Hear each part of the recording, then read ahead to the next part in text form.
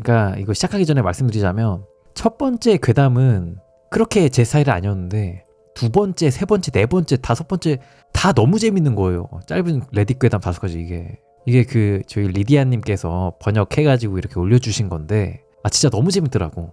영상 끝까지 보시는 거 추천을 드리고 바로 읽어보도록 하겠습니다. 자, 세 번째 부모. 엄마, 왜 내 다른 아빠에 대해 말 안 해줬어? 커피잔을 입에 가져가려던 손이 멈춘 채 나는 얼어붙었다.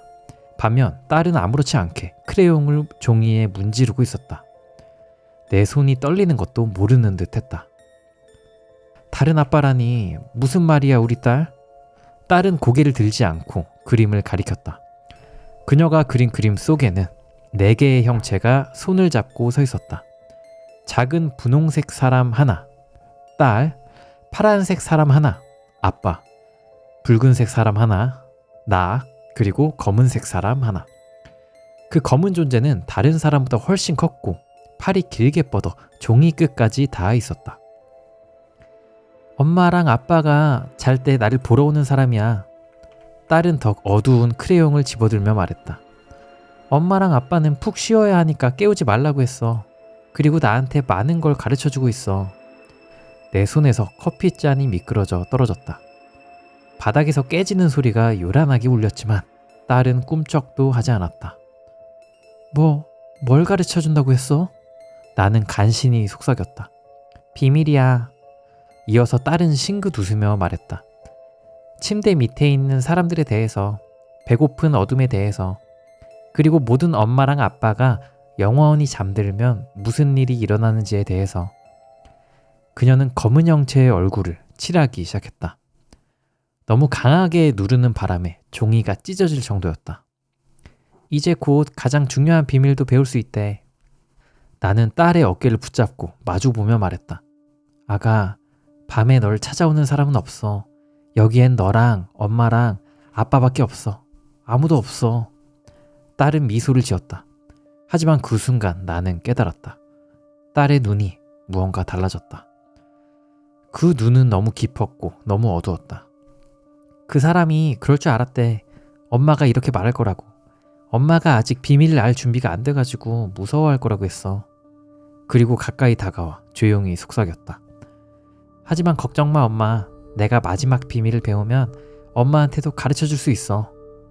딸은 희미한 미소를 지으며 덧붙였다. 그 사람 말로는 딱 1분 동안만 아프면 된대.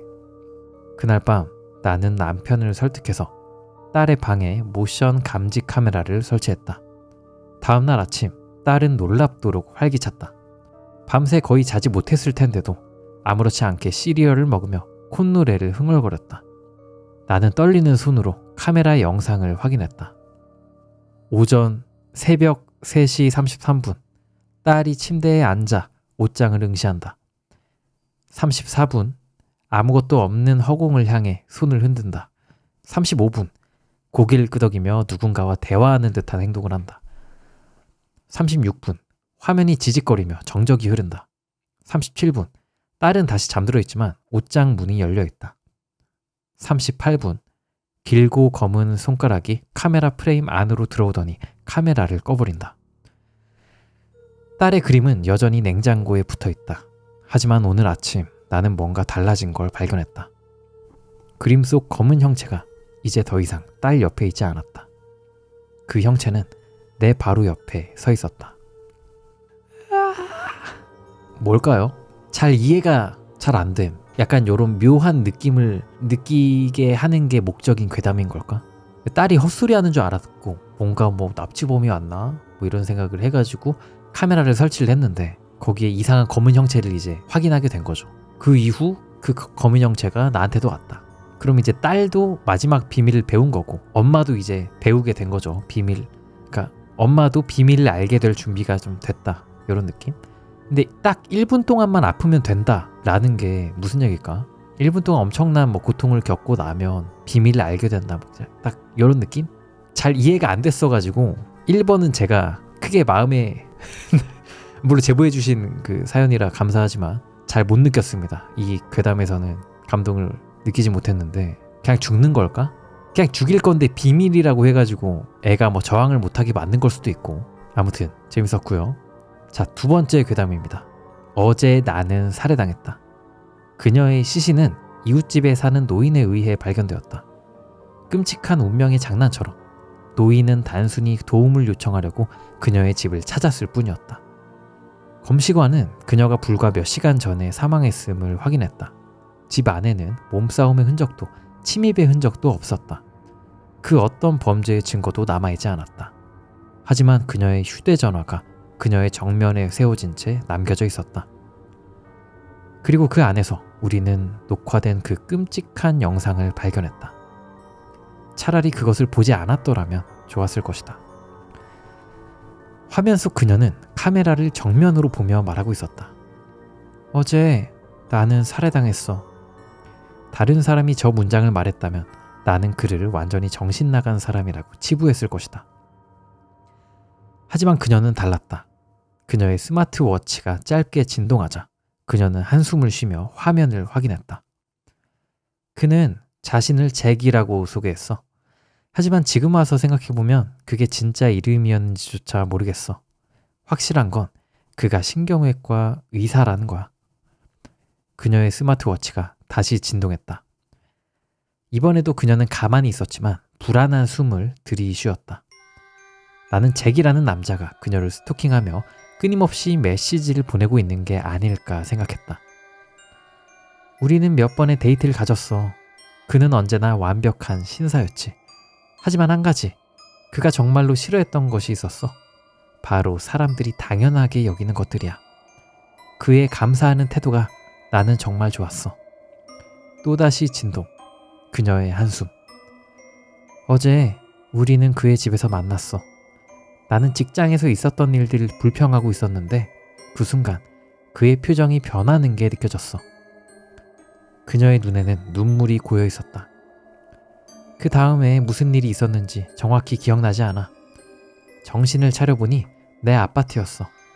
목구멍 깊숙이 튜브가 박혀 있었고 그와 눈이 마주치는 순간 그는 그것을 빼냈지.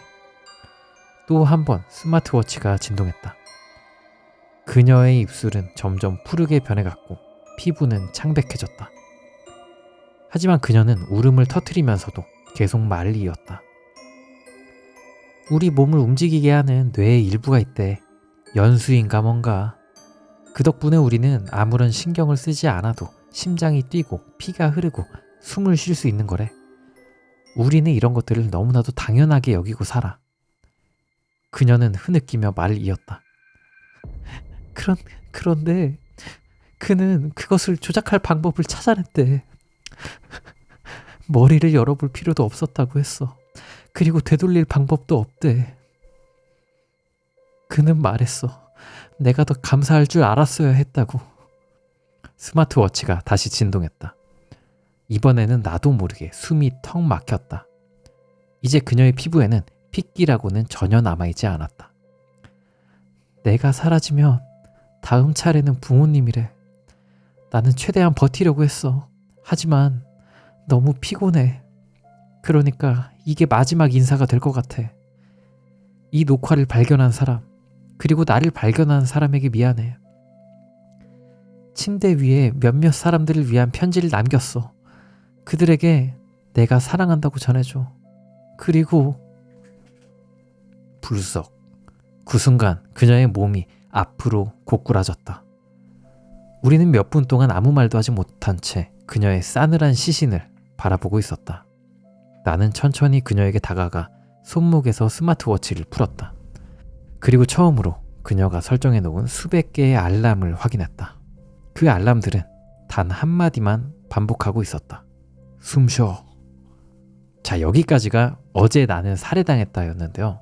얘기인 즉슨 잭이라는 이제 신경외과 의사와 좀 이제 만났었는데 그 의사가 이 여자가 이제 연수의 감사함을 이제 느끼지 않는 거를 보고 화가 나가지고 연수를 빼낸 거죠. 그러니까 이제 피가 막 안 돌고 막 피가 안 흐르고 하면서 여자가 죽었다. 이런 얘기였습니다. 너무 사이코적이지 않습니까? 이 의사? 연수 누가 알아? 연수 누가 알아? 신경외과 다녀야 알지.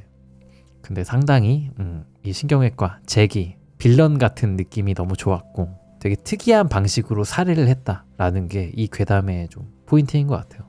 진짜로 연수를 빼면 하루 뒤에 사람이 죽을까 이게 궁금하기도 하고 아무튼 되게 빌런들은 뭔가 특이한 거에 되게 감사를 느끼잖아요. 아, 지구 너무 아름답군. 생명체를 다 죽여야겠어. 이렇게 이런 느낌? 빌런이 되게 매력적인 그런 짧은 괴담이었다. 아무튼 두 번째 이야기 읽어봤고요. 자, 세 번째 이야기. 나는 직장에서 사랑을 찾았다입니다. 브로운드요. 나는 직장에서 사랑을 찾았다. 뻔한 이야기 같다는 거 알아. 하지만 운명이란 원래 그런 법이잖아. 나는 케빈 이후 다시 사랑할 수 있을 거라고 생각하지 않았어. 하지만 블레이크를 처음 본 순간 몇 년 만에 처음으로 신선한 공기를 들이마시는 것 같았어. 우울증은 세상을 작게, 무채색으로 만들어버려. 난 사람들과 어울리고 싶지도 어디론가 가고 싶지도 않았어. 보는 것마다 따분하고 아무것도 나를 즐겁게 하지 않았지. 그냥 껍데기만 남은 기분이었어. 사랑했던 직장에서 해고당했을 때 짐을 싸면서 동료들이 보내는 동정어린 시선을 견딜 수 없었어. 가족과 친구들이 나를 다시 일으켜 세우려 했지만 그들이 할 수 있는 건 한계가 있었어.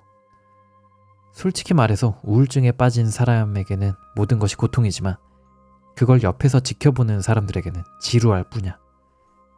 왜 아무 노력도 하지 않느냐고, 왜 그냥 나아지지 않느냐고 생각을 하니까. 하지만 블레이크가 나타난 후 모든 것이 바뀌었어. 그의 미소, 그건 내가 영원히 잃어버렸다고 생각했던 따뜻함을 되찾아줬어. 난 다시 웃을 수 있었어. 그의 웃음을 듣기 위해 아침에 일어나고 싶어졌어. 그는 마치 세상이 가벼워진 것처럼 느껴지게 하는 에너지를 가지고 있었어. 케빈이 그랬던 것처럼. 어느새 블레이크는 하루 중 가장 빛나는 순간이 되었어. 주말이 오는 게 싫어졌어. 부끄럽지만 주말 동안 내가 했던 거, 그가 뭘 하고 있을까? 혹시 나를 생각하고 있을까? 고민하는 거였어. 새 직장에서 블레이크를 만난 건 행운이었어. 사람들은 내가 갑자기 밝아진 걸 보고 새로운 직장이 삶의 목적을 되찾아줘서 그런 거야 라고 했지. 그래서 난 그냥 그렇게 믿게 놔뒀어. 우리는 꿈과 여행하고 싶은 곳들에 대해 이야기하며 가까워졌어. 한 사람이 이렇게 쉽게 내 절망을 걷어낼 수 있다는 게 믿기지 않았어. 마치 그가 운명처럼 나를 위해 존재하는 것만 같았어. 블레이크가 처음으로 사랑해요 라고 말했을 때 나는 거의 울 뻔했어. 다행히 간신히 참았어. 너무 감정적이면 그를 놀라게 할 수도 있으니까. 그 후 나는 그에게 같이 살 생각이 있느냐고 물어봤어. 그는 단 한순간도 망설이지 않고 좋아요 라고 대답했지. 우리는 해변 근처에서 살기로 했어. 나는 다시 살아가는 의미를 찾았고 미래가 기대되기 시작했어. 그 어떤 것도 우리의 앞길을 막을 수 없었어. 아무런 통보도 없이 직장을 그만두는 건 비전문적이었지만 기회가 왔을 때 잡아야 하는 법이잖아. 나는 차에 짐을 싣고 모아둔 돈으로 바닷가 근처의 작은 집을 현금으로 구입했어. 야, 융자 없이? 대단한데요? 새로운 인생을 시작하는 기분이었어.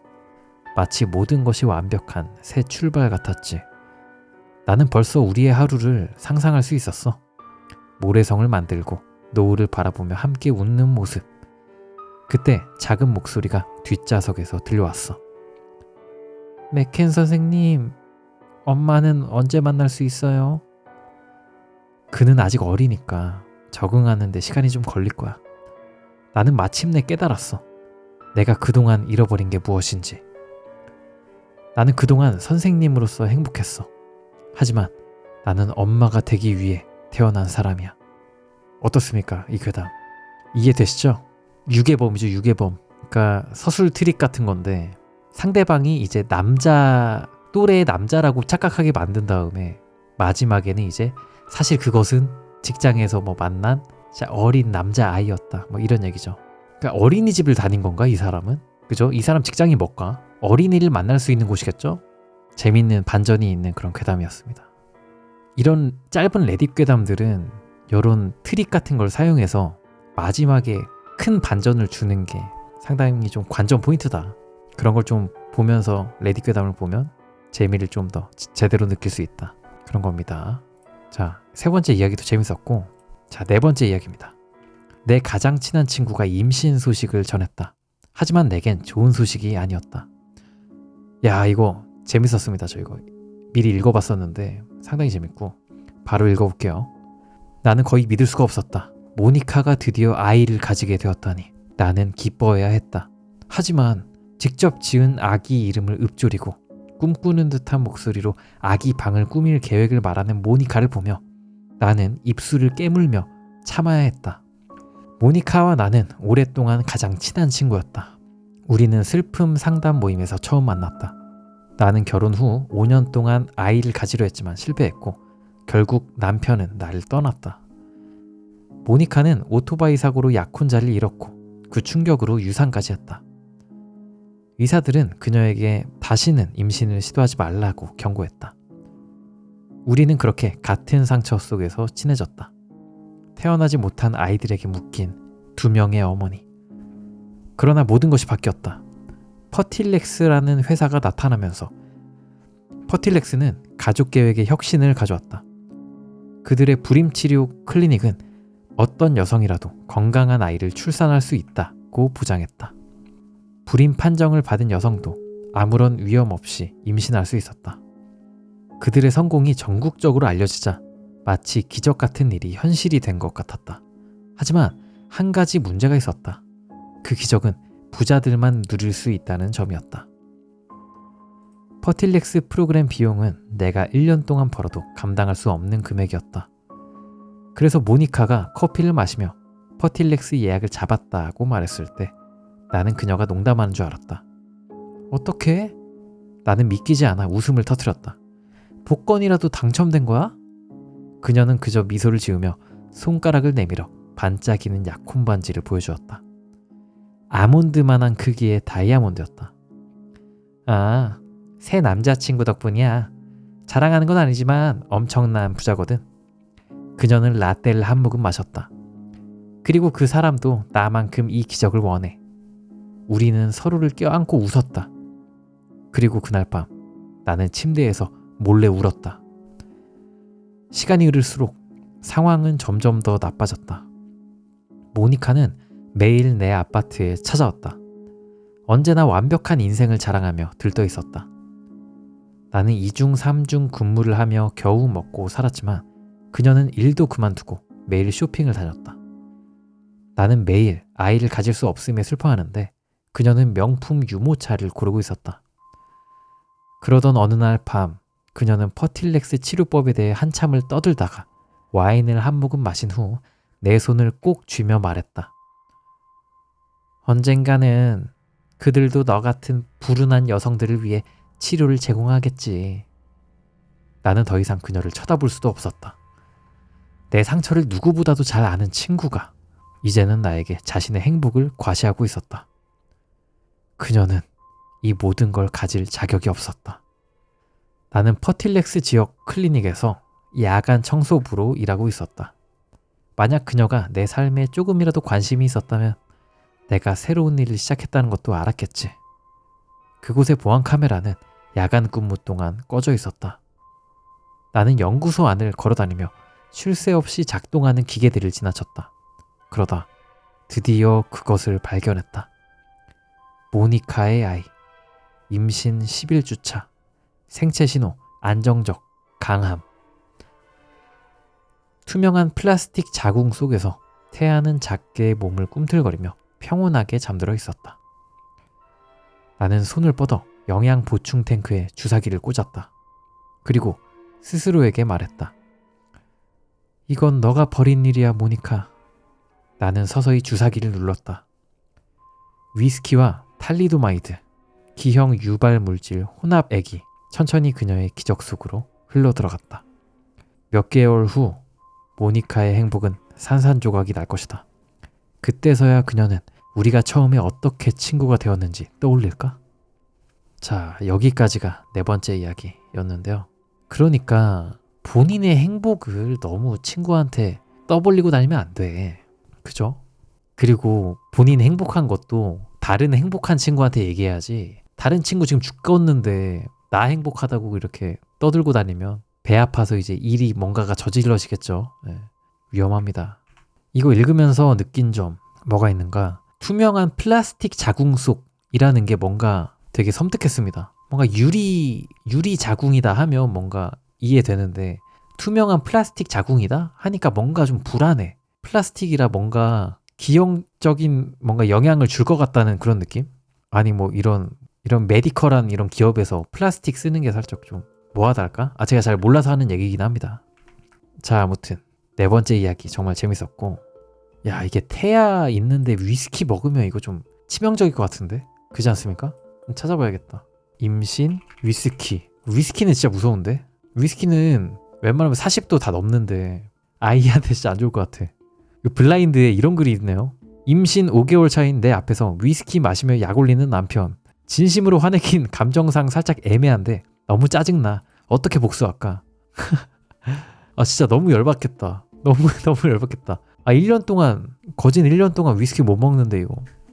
아무튼 내 가장 친한 친구가 임신 소식을 전했다. 하지만 내겐 좋은 소식이 아니었다. 라는 이야기였습니다.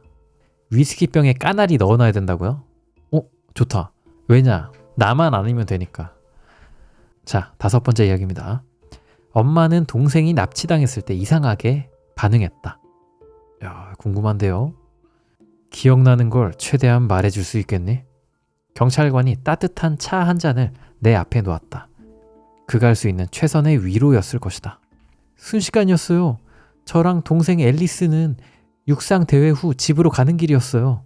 지름길로 골목길을 지나고 있었는데 갑자기 한 남자가 차를 몰고 빠르게 다가왔어요. 그는 앨리슨을 차 뒷좌석으로 밀어 넣었어요. 그리고 저도 잡으려고 했지만 필사적으로 저항해서 간신히 도망쳤어요. 그가 제 휴대폰을 빼앗았어요. 그래서 전력 질주해서 여기까지 왔어요. 경찰관은 말없이 내 말을 기다렸다. 동생 이름은 앨리슨 루이스, 전 제시 루이스예요. 그는 고개를 끄덕였다. 차 번호판 기억나니? 정확하진 않지만 앞자리가 5였고 끝자리가 7이었던 것 같아요. 그리고 아마 다른 주 번호판일 거예요. 워싱턴 주였을 수도 있어요. 죄송해요. 더 기억하면 좋을 텐데. 괜찮아. 이것만으로도 단서를 찾을 수 있어. 나중에 더 떠오를 수도 있고. 엄마한테 전화해도 돼요? 지금 경찰관이 너희 집으로 가고 있어. 하지만 물론 여기서 전화해도 돼. 나는 진술을 마친 후 경찰관 브라운 아저씨에게 엄마의 전화번호를 불러주었다. 그는 스피커폰으로 엄마에게 전화를 걸어주었다. 엄마? 나는 말하자마자 눈물이 터져 나왔다. 브라운 아저씨는 안쓰럽다는 듯 나를 바라보며 전화를 대신 받았다. 메리 씨? 클락 카운티 경찰서의 브라운 경위입니다. 매우 안타까운 소식을 전해야 할 것 같습니다. 경찰이 자택으로 가고 있습니다. 경찰서로 모시고 싶습니다. 무슨 일이에요? 뭐가 잘못된 거죠? 나는 고개를 끄덕이며 그가 말을 계속하도록 유도했다. 따님이 집으로 가던 길에 납치됐습니다. 엄마의 목소리에 공포가 서렸다. 맙소사, 제시예요? 제시를 데려간 거예요? 제시는 지금 저희와 함께 있습니다. 하지만 앨리슨이 납치되었습니다. 그리고 엄마의 목소리에서 공포가 순식간에 사라졌다. 아, 그래요? 브라운 아저씨는 순간적으로 당황한 기색을 보였다. 엄마의 갑작스러운 무관심 때문이겠지. 제시, 잘 듣고 있니? 예, 엄마가 지금 갈게. 불쌍한 우리 아가, 엄마가 가고 있어. 나는 흐느끼며 말했다. 제발 빨리 와줘. 하지만 나는 엄마의 반응에 구역질이 날 것 같았다. 그렇다고 놀랍지도 않았다. 우리는 일란성 쌍둥이였다. 하지만 엄마에게 사랑받는 건 제시뿐이었다. 짜증나는 앨리슨. 엄마는 늘 나를 그렇게 불렀다. 256 ATL 오리건주 번호판. 나는 완벽하게 기억하고 있었다. 하지만 경찰에게는 틀린 정보를 줬다. 나는 시간을 벌어야 했다. 엄마가 이제는 연기할 필요도 없이 나를 잊을 수 있도록. 나는 모르겠다. 이 연극을 얼마나 더 이어갈 수 있을지. 하지만 반드시 해야만 한다. 이제야 엄마가 드디어 나를 사랑해 줄 테니까. 자, 여기까지가 엄마는 동생이 납치당했을 때 이상하게 반응했다 였습니다. 이 얘기 재미지 않습니까? 이런 건 꽤 많죠. 예를 들어서 한국 설화에도 여우가 아내를 담근 다음에 남편한테 잘 보여가지고 본인이 대신 사랑받으려고 하는 거, 그런 이야기가 꽤 많잖아요. 또 그것도 그래. 손톱 깎아가지고 쥐가 그거 먹어가지고 바뀌잖아. 뭔가 사람은 본인이 대체된다는 이런 공포가 좀 있는 것 같아요. 본인과 닮은 무언가가 내 자리를 대체해서 내가 있는 이 자리, 가족, 친구 이런 거에서부터 팽을 당하게 된다라는 그런 좀 공포가 좀 다들 내재가 돼 있는 것 같아요. 아님 말고. 약간 이 얘기는 좀 뭔가 다르긴 한데, 일단 엄마 잘못이 크죠. 쌍둥이면 사랑 똑같이 주지 그래도. 근데 엄마 아빠, 전 세계의 엄마 아빠한테 물었을 때 다들 딸 아들 중에 특별히 편애하는 아이가 있나요? 라고 물어보면 거의 대부분 다 더 좋아하는 애가 있다고는 하더라고요. 그죠? 혹시 여기 자식 있는데 편애하는 자식이 있다 계십니까? 궁금하네.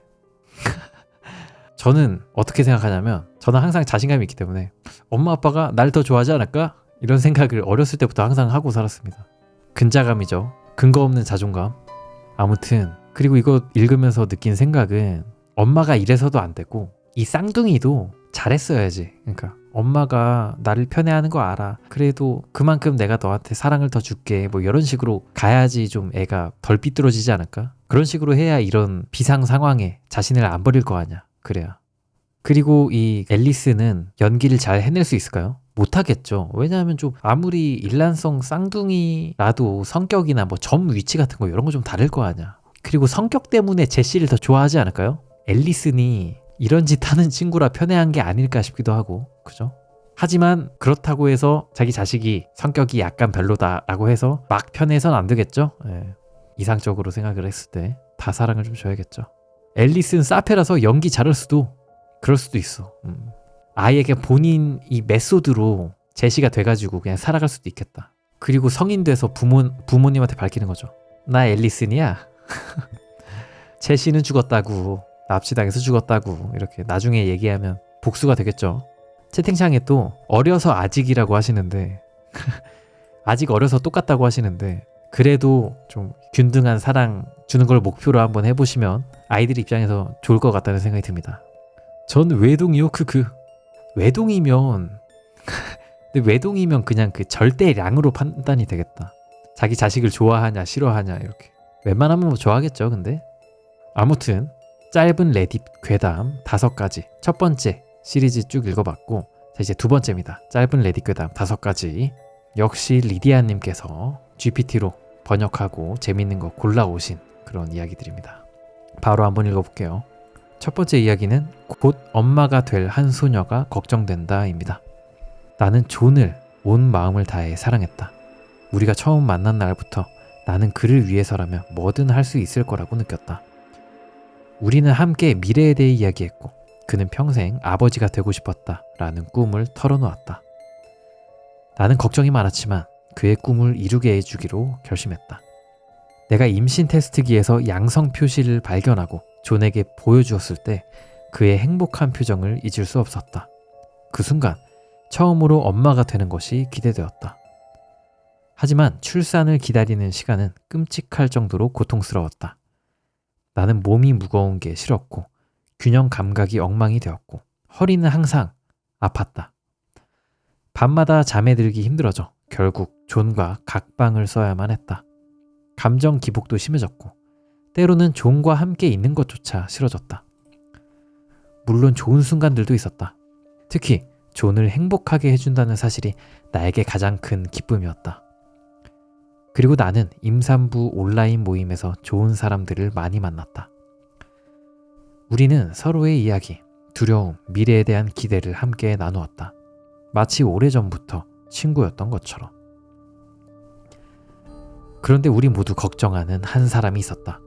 메리라는 소녀. 메리는 아직 어렸고 집안 사정이 좋지 않았다.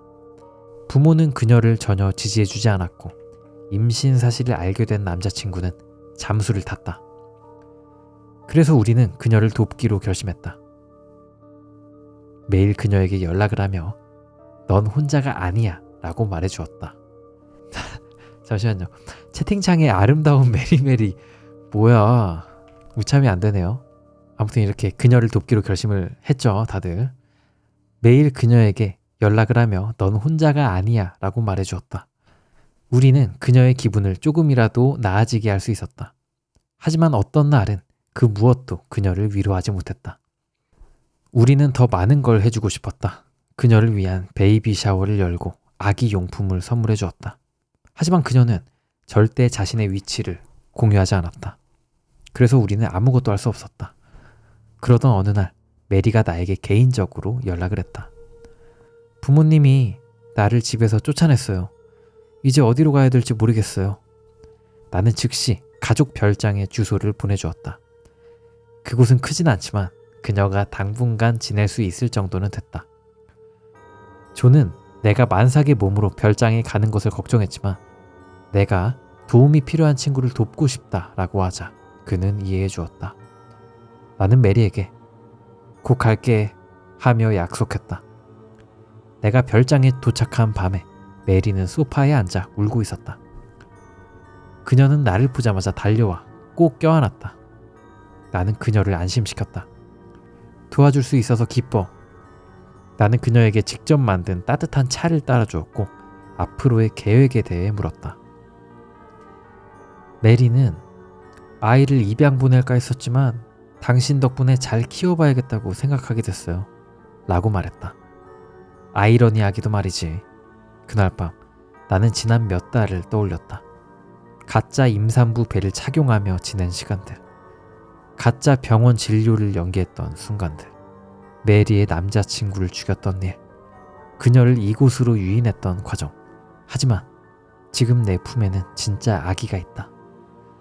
메리의 차가운 시체 위에서 막 세상에 태어난 나의 딸을 안고 나는 확신했다.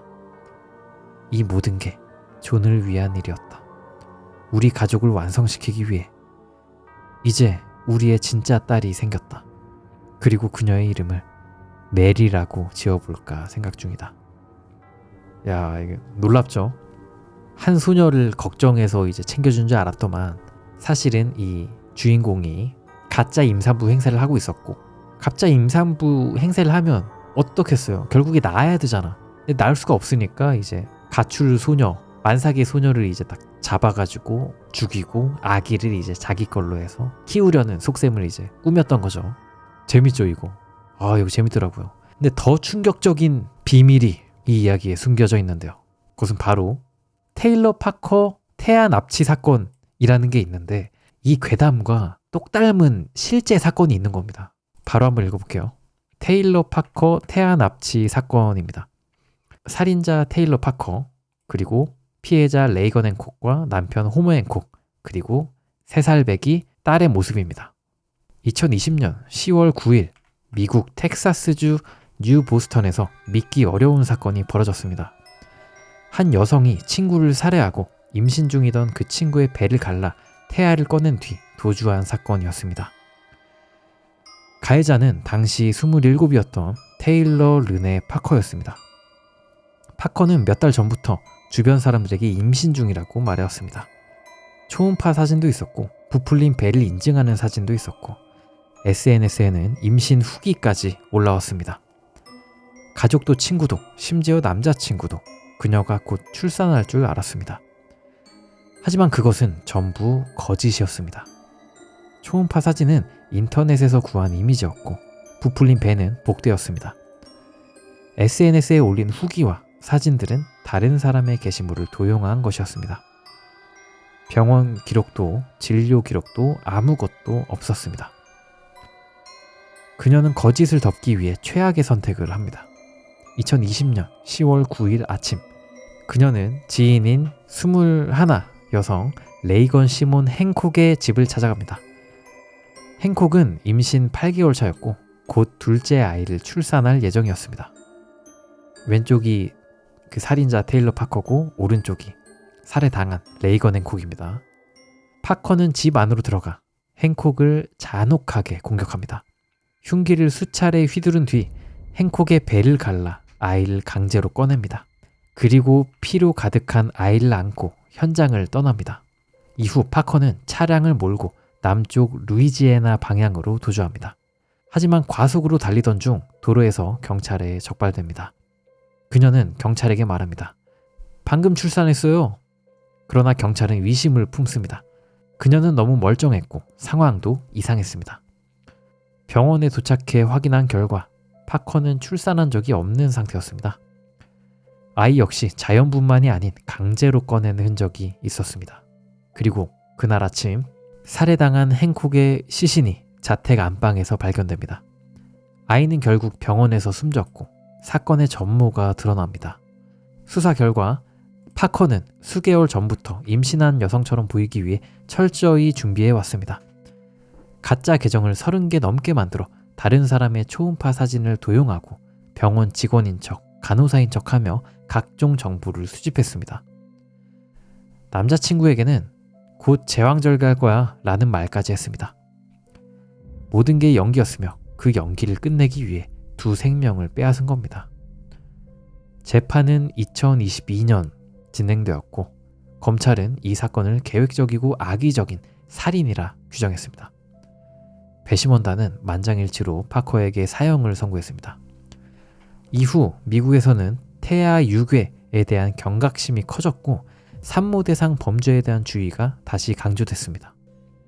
테일러 파커 사건은 단지 잔혹한 살인사건을 넘어 거짓된 삶이 어떤 파국을 부를 수 있는지를 보여준 대표적인 사례로 남았습니다. 이제 깜빵 들어가는 테일러 파커죠. 정말 무섭습니다. 당시의 미국 임산부들은 꽤 무서웠겠습니다. 너무 사이코적이다.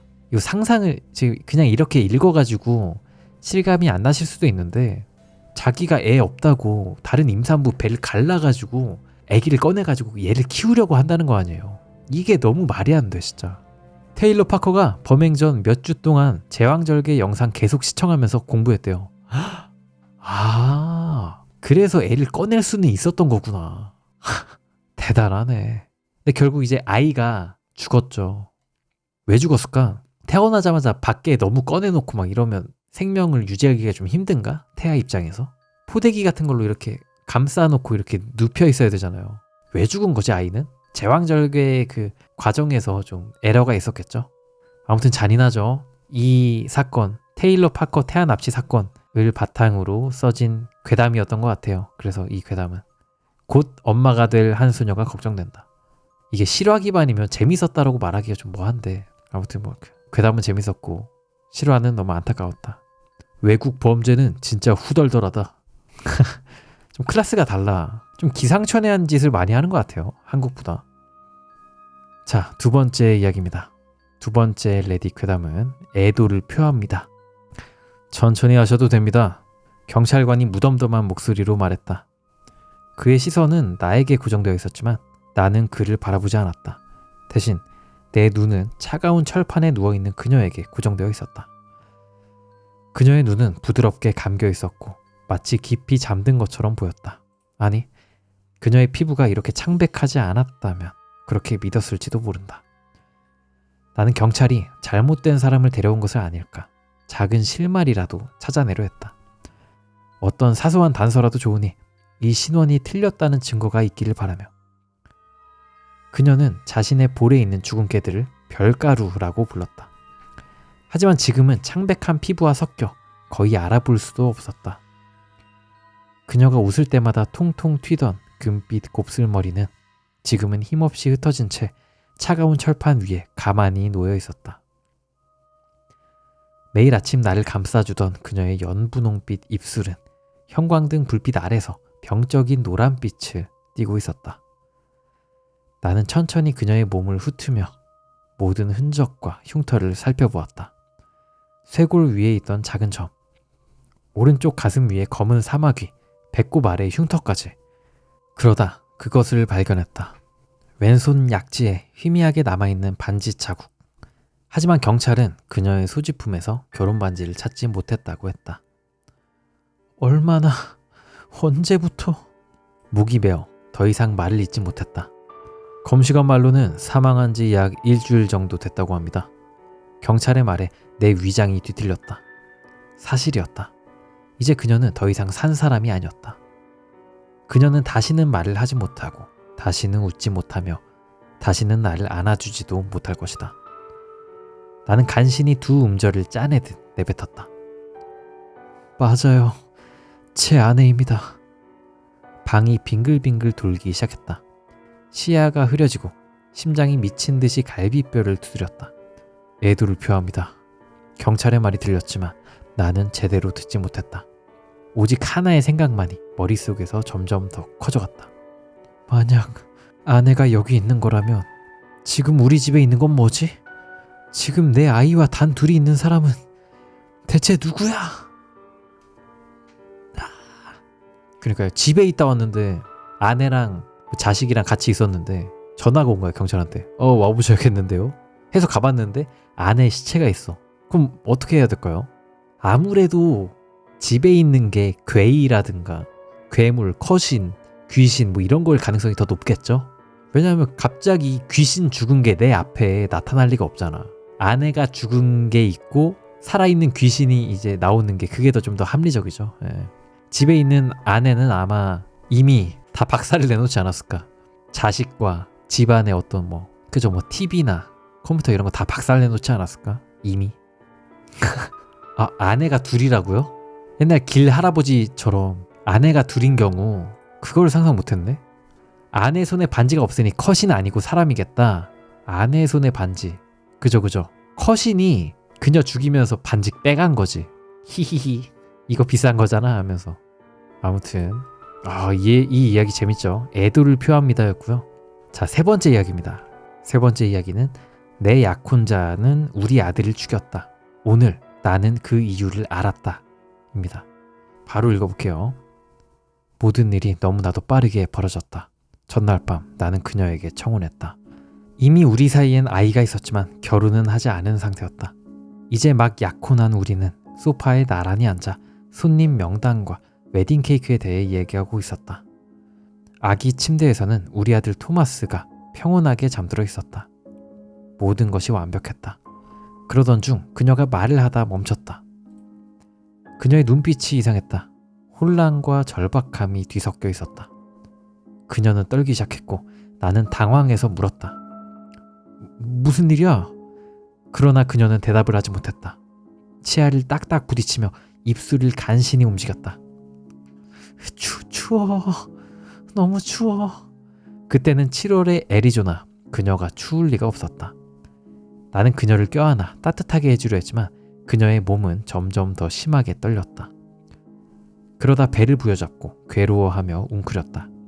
마치 극심한 고통을 겪고 있는 듯했다.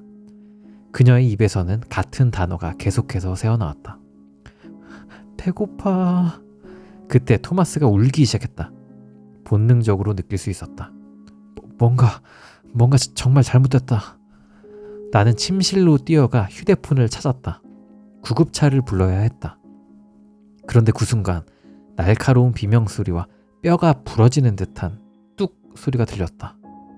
나는 거실로 뛰쳐나갔다. 그녀가 토마스를 안고 있었다. 축 늘어진 작은 몸뚱이, 사방에 흩뿌려진 핏방울, 그리고 그녀는 아들을 먹고 있었다. 나는 절규했다. 대체 무슨 짓을 한 거야? 하지만 그녀는 나를 보지도 않았다. 먹을 거, 배고파. 나는 토마스를 그녀에게서 떼어내려 했지만 그녀는 작은 아기의 다리를 쇠처럼 단단히 움켜쥐고 있었다. 나는 총을 찾으러 뛰었다. 나는 어떻게 해야 할지 몰랐다. 그게 벌써 15년 전의 일이다. 그 사건은 전국적인 뉴스가 되었다. 교회의 사이코패스가 자신의 아이를 먹어치운 사건이 발생했습니다. 집은 고요했다. 너무나도 적막했다. 나는 결국 약혼녀와 아이의 물건을 모두 버렸다. 하지만 단 하나, 나는 그것만큼은 버릴 수 없었다. 약혼 반지. 우리는 시에라 네바다 산맥에서 등산하던 중 이 반지를 발견했다. 그리고 얼마 후 그녀는 임신했다. 빛바랜 금반지. 안쪽에는 TD라는 이니셜이 새겨져 있었다. 꽤 오래된 것 같았다. 그녀는 항상 이 반지가 어디서 온 걸까 하며 궁금해했다. 나는 최근 역사를 연구하는 친구에게 이 반지에 대해 조사해달라고 부탁했다. 오늘 그 친구에게서 전화가 왔다. 그는 흥분한 듯 빠르게 말을 쏟아냈다. 나는 이 순간을 기록하고 싶었다. 그녀를 기억하고 싶었다. 그래서 나는 전화를 스피커폰으로 바꾼 채 약혼 반지를 손가락에 끼웠다. 그리고 녹음을 시작했다. 마이크, 너가 정말 대단한 걸 손에 넣었을지도 몰라. 그가 말하는 동안 나는 갑자기 손끝이 저려오는 걸 느꼈다. 이 반지의 스타일을 봤을 때 아마 19세기 중반 것으로 추정돼. 나는 히터를 올렸다. 하지만 몸이 식어가는 기분이었다. 발견된 장소를 고려하면 이건 아마도 서부 개척자 중 한 명이 산맥을 넘다가 잃어버린 거야. 나는 한 번도 이렇게까지 추웠던 적이 없었다. 휴대폰이 손에서 떨리기 시작했다. 그리고 배가 너무 고팠다. 속이 비틀리는 듯한 굶주림. 이니셜 말이야. 정확한 인물을 찾아낸 것 같아. 만약 맞다면 이건 역사적으로도 엄청난 발견이야. 너무 배고팠다. 그리고 절대 다시는 따뜻해질 수 없을 것 같았다. 먹어야 했다. 살아남아야 했다. 고기가 필요했다. 나는 휴대폰을 떨어뜨렸다. 그리고 거리로 걸어 나갔다.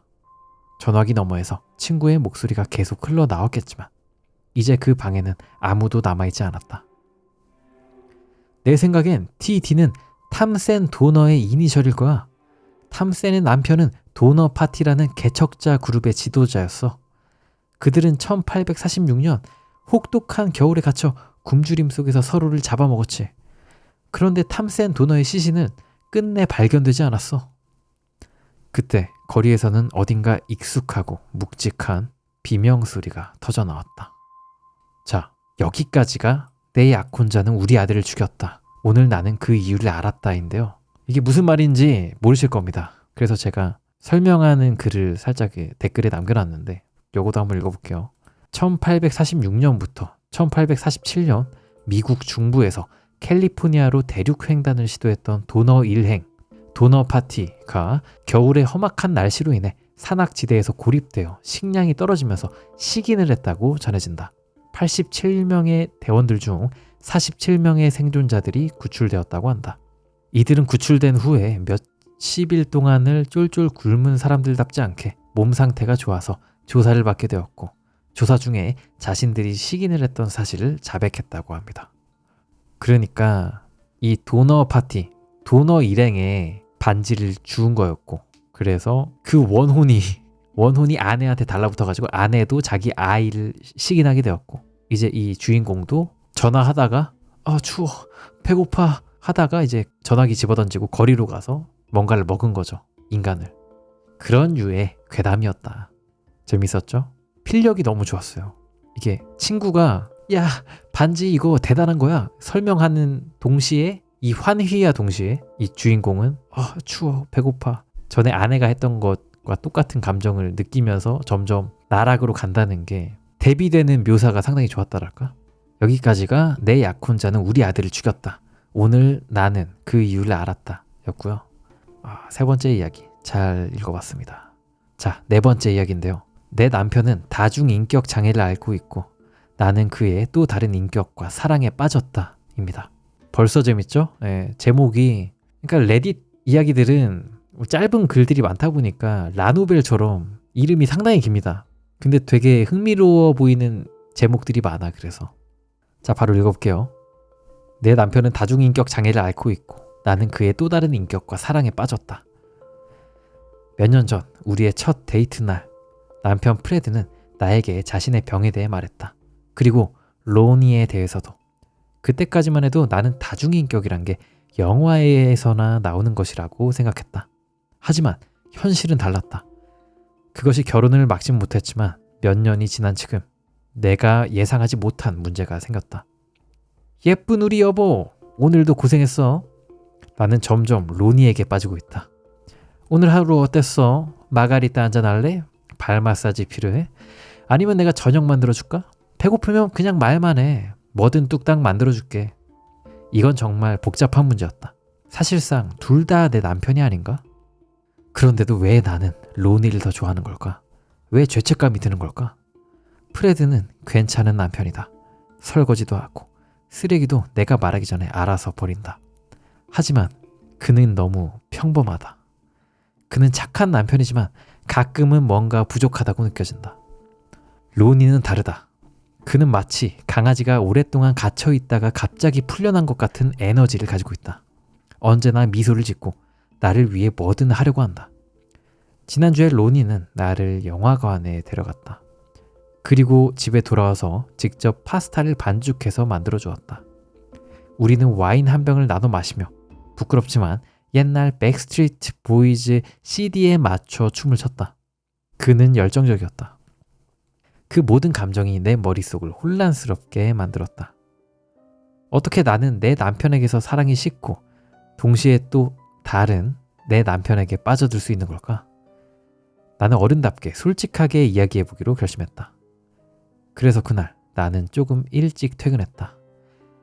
프레드와 솔직하게 내 감정을 이야기하려고. 그런데 집 안에 그가 없었다. 나는 지하실로 내려가 보았다. 그때 희미한 대화 소리가 들려왔다. 책장 뒤에서 나는 소리 같았다. 처음엔 아주 조용했다. 하지만 가까이 다가가자 점점 더 선명하게 들렸다. 나는 그녀를 사랑해. 좀 더 자주 나가고 싶다고. 그럴 순 없어. 이건 너 자신을 위한 일이야. 오 세상에. 남편이 자신의 또 다른 인격과 대화를 나누고 있었다. 나는 귀를 책장에 바짝 대었다. 그때 끔찍한 비명이 터져 나왔다. 젠장. 나는 책장을 밀어내려 했지만 움직이지 않았다. 그때 책장에 꽂힌 빨간색 하드커버 책이 눈에 들어왔다. 지킬 박사와 하이드. 나는 반신반의하며 책을 잡아당겼다. 그러자 책장이 저절로 미끄러지듯 열렸다. 그리고 그 안에 또 문이 있었다. 나는 문을 열었다. 푹신한 흰 벽, 마치 정신병원에서나 볼 법한 방이었다. 그리고 방 한가운데 내 남편 프레드가 피범벅이 된 시체 위에 무릎을 꿇고 있었다. 그런데 그 시체가 프레드와 똑같이 생겼다. 예쁜 우리 여보, 로니가 말했다. 그의 눈은 완전히 광기로 뒤덮여 있었다. 그가 미소를 지었다. 이제 우리 영원히 함께할 수 있어. 나는 눈앞의 끔찍한 광경을 이해하려 했었다. 그리고 그 순간 머릿속으로 끔찍한 깨달음이 들이닥쳤다. 내 남편은 쌍둥이다. 두둥. 그러니까 다중인격이 아니고 쌍둥이였다. 한 여자를 갖고 이제 산 거죠. 왜 이런 걸까? 이유에 대해서는 안 나와가지고 모르겠는데 왜 굳이 이렇게 한 거지? 둘 다 너무 사랑에 빠진 거야. 이 쌍둥이 둘이 어디를 지나가다가 이 아내가 될 사람을 본 거야. 그 둘 다 너무 마음에 들어. 너무 마음에 들어 해가지고 특단의 조치를 내린 거죠. 그러면 우리 다중인격인 척하고 저분이랑 같이 살자 해가지고 이렇게 딱 결혼을 하고 그런 게 아닐까? 아무튼 이것도 상당히 이제 트릭이 상당하죠. 다중인격이 사실은 쌍둥이였다라는 트릭을 처음 봐가지고 저는 이거 처음 봤을 때 상당히 쇼킹했고 재밌었습니다. 신박하달까? 오늘 괴담이 신박한 게 되게 많네. 아무튼 다음 이야기, 오늘의 마지막 레디 괴담, 내 남편은 좋은 사람이다 입니다. 나는 임신 19주차 매일 밤 구역질과 구토에 시달리고 있다. 남편인 데이브는 다행히도 정말 다정한 사람이다. 그는 내가 깨면 함께 일어나 화장실까지 부축해주고 뒷정리도 해주고 심지어 다시 침대에 들어가기 전까지 따뜻한 차까지 타준다. 우리 둘 다 잠을 제대로 못 자고 있지만 곧 나아질 거라고 믿고 있다. 데이브는 원래 잠에 예민한 편이었다. 우리가 만나기 전부터 그는 불면증과 몽유병을 겪었다고 했다. 그리고 그 증상은 지금도 가끔 나타난다. 특히 잠이 부족할 때. 요즘 들어 그는 잠꼬대를 더 자주 한다. 나는 늘 남편보다 먼저 일어나는데 그는 아침마다 뭔가를 중얼거리고 있다. 주로 직장에서 하는 대화나 친구들과 게임하며 말할 법한 문장들이다. 나는 그에게 무슨 꿈을 꿨는지 물어봤지만 그는 단 한 번도 기억하지 못했다. 어제 아침 그는 여러 여자들의 이름을 중얼거렸다. 나는 왠지 짜증이 났다. 혹시 그의 전 여자친구 중 한 명인가? 나는 그 이름들을 적어두고 페이스북에서 몰래 검색해보았다. 퇴근 후 데이브에게 따져 물었을 때 그는 소리내어 웃었다.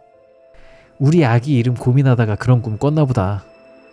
나는 삐죽거리며 처음엔 그를 믿지 않았다. 하지만 그는 언제나 다정하고 늘 나를 안심시켜준다.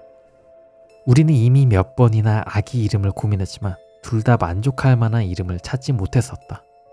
그는 제안했다. 우리 각자 10개씩 생각해서 겹치는 게 있는지 보자. 나는 장난삼아 그가 아침에 중얼거린 이름들을 몰래 리스트에 적기로 했다. 내 이름 리스트와 그의 이름 리스트가 완벽하게 일치한다면 그것도 재미있을 테니까. 오늘 아침 그는 또 이름들을 중얼거렸다. 나는 다 적어두었다. 혹시 그가 마음속으로 생각하는 아기 이름일지도 모르니까. 출근길 나는 평소처럼 라디오를 틀었다. 노래들이 나온 후 뒤이어 속보가 흘러나왔다. 레이첼 모레티와 카밀라 로페즈가 토요일 밤을 마지막으로 실종되었습니다. 레이첼? 카밀라? 익숙한 이름이었다. 근데 왜 익숙하지? 나는 잠시 고민하다가 주차한 후에야 깨달았다. 오늘 아침 데이브가 잠꼬대에서 중얼거린 이름이었다. 뇌는 이상한 방식으로 작동하니까 아마도 그냥 우연의 일치일 것이다. 아니면 내가 착각한 걸 수도 있다.